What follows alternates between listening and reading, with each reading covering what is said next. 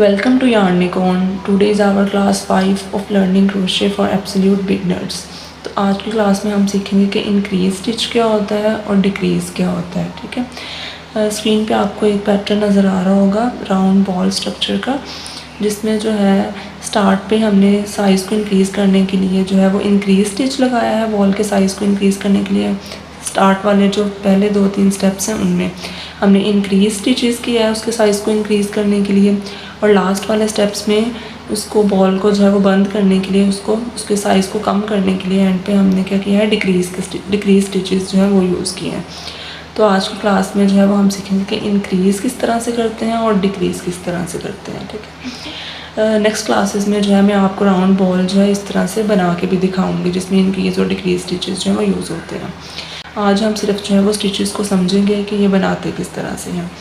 Increase मतलब होता है कि एक ही चेन में या एक ही स्टिच में 2 स्टिचेस डालना। ठीक है, एक ही स्टिच में 2 स्टिचेस डालना। ठीक है, और डिक्रीज़ होता है उसको कम करना। ये इंक्रीज़ जो है सिंगल क्रोशे इंक्रीज़ भी हो सकता है, डबल क्रोशे इंक्रीज़ भी हो सकता है, और ट्रिपल क्रोशे या हाफ डबल क्रोशे कुछ भी हो सकता है। ठीक है, हम सिंगल क्रोशे के साथ इसको सीखते हैं।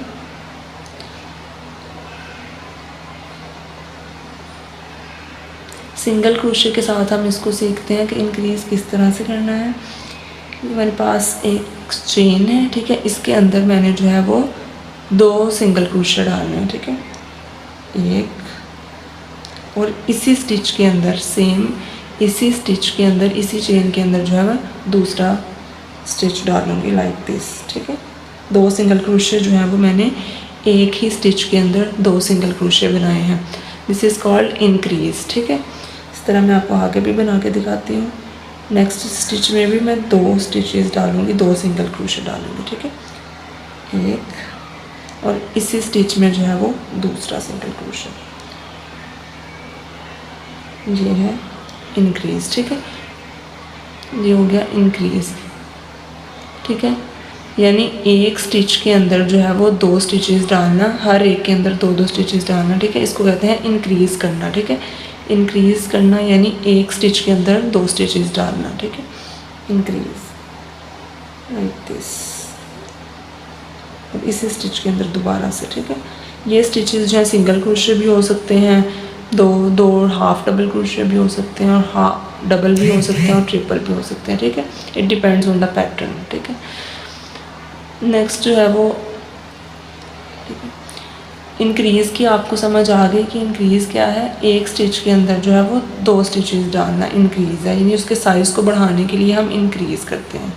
डिक्रीज़ जो है हमारे पास वो 2 तरह से होता है। ठीक है, एक होता है नॉर्मल डिक्रीज़ और दूसरा होता है इनविजिबल डिक्रीज़। ठीक है, नॉर्मल में हम किस तरह से करते हैं, देखिए, डिक्रीज़ कहते हैं कम करने के लिए। हमने अगर किसी स्ट्रक्चर को बंद करना है, इस तरह राउंड शेप में लेके जो आगे बंद करना है आगे, तो हम जो है वो डिक्रीज़ स्टिचेस यूज़ करते हैं उसको कम करने के लिए। ठीक है, तो ये किस तरह से होगा, इसमें हम क्या करेंगे, एक इस तरह जो है इस स्टिच के अंदर डालेंगे, यूँ निकालेंगे। ठीक है, इस तरह 2 लूप्स आ गए, और सेम नेक्स्ट वाले स्टिच पहले हमने इसमें डाला था, नेक्स्ट वाला स्टिच ये वाला जो है हमारे पास।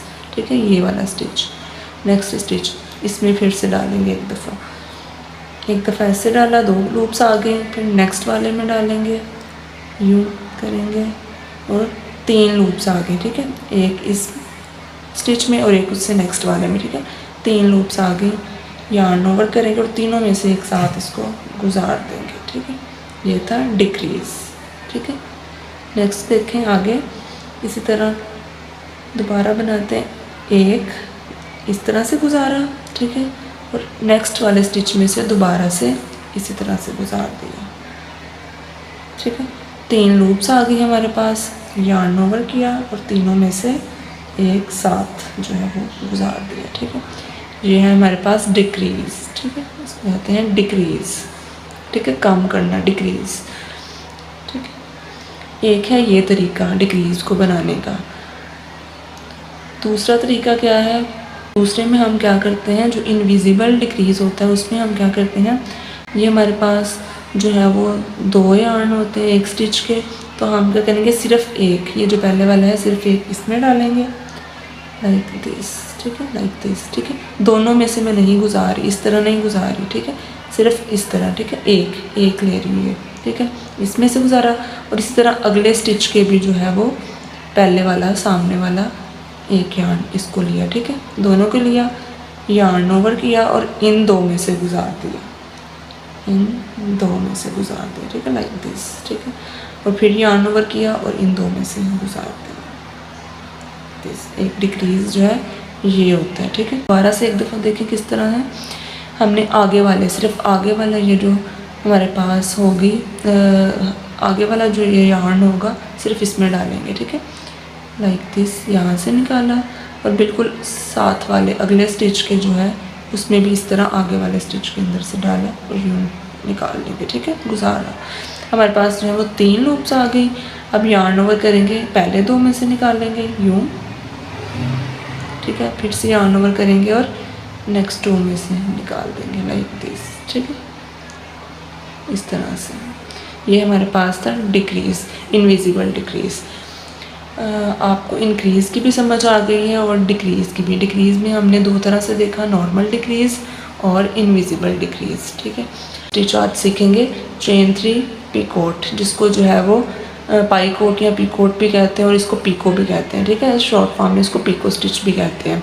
ये जो है यूजुअली जो है बाउंड्री जो होती है हमारे क्रोशे वर्क की, क्रोशे जो भी स्ट्रक्चर हम बनाते हैं उसकी बाउंड्रीज़ पे जो है ये स्टिचेस जो है हम पीकोट स्टिचेस जो है बनाते हैं। आपको स्क्रीन पे पिक्चर भी नज़र आ रही होगी, उसके साइड्स पे भी जो है वो जो बाउंड्री है उसकी साइड पे, उस पर भी जो है पीकोट स्टिचेस बने हुए हैं। तो ये किस तरह से बनते हैं ये देख लेते हैं।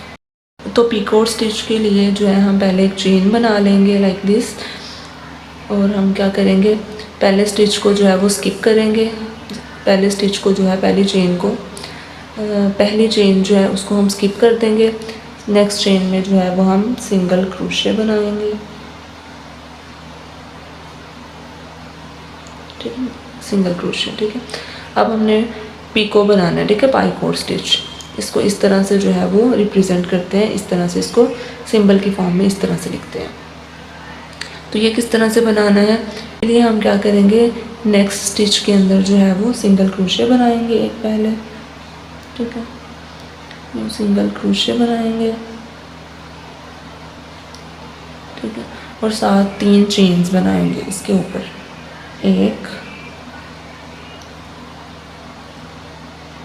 2 3, ठीक है, 3 चेन्स। हमारे पास जो है वो 3 चेन्स बन गई।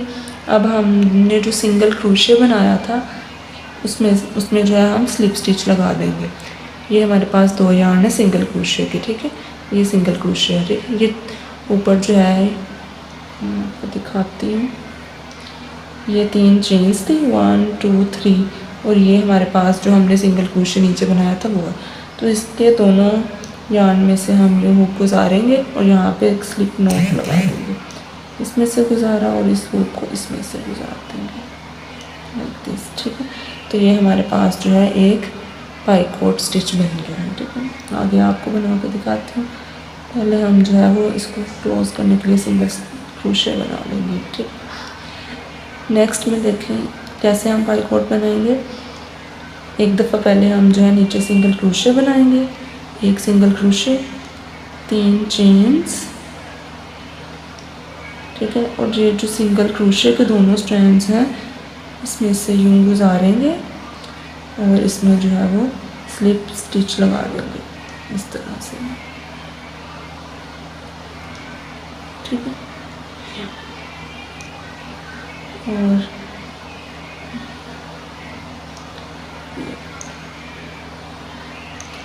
स्लिप स्टिच लगा दें और नेक्स्ट में जो है हम सिंगल क्रोशे लगा के इसको बंद कर देंगे, लाइक दिस।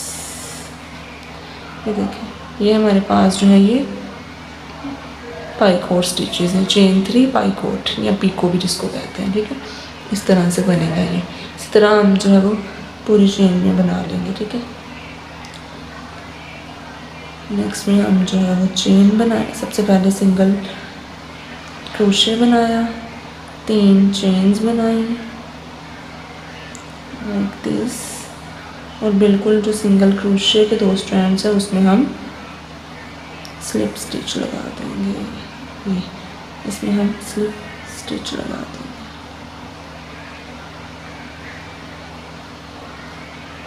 ठीक है, और सिंगल क्रोशे बना के इसको बंद कर देंगे लाइक दिस। ठीक है, ये है हमारे पास पाइकोट स्टिचेस। ठीक है, ये वाले स्टिचेस पाइकोट स्टिचेस हैं। नेक्स्ट क्लास में हम सीखेंगे कि बॉबल स्टिच किस तरह से बनाते हैं, पॉपकॉर्न स्टिच और पफ स्टिच। ठीक है, नेक्स्ट क्लास में हम ये 3 स्टिचेस सीखेंगे।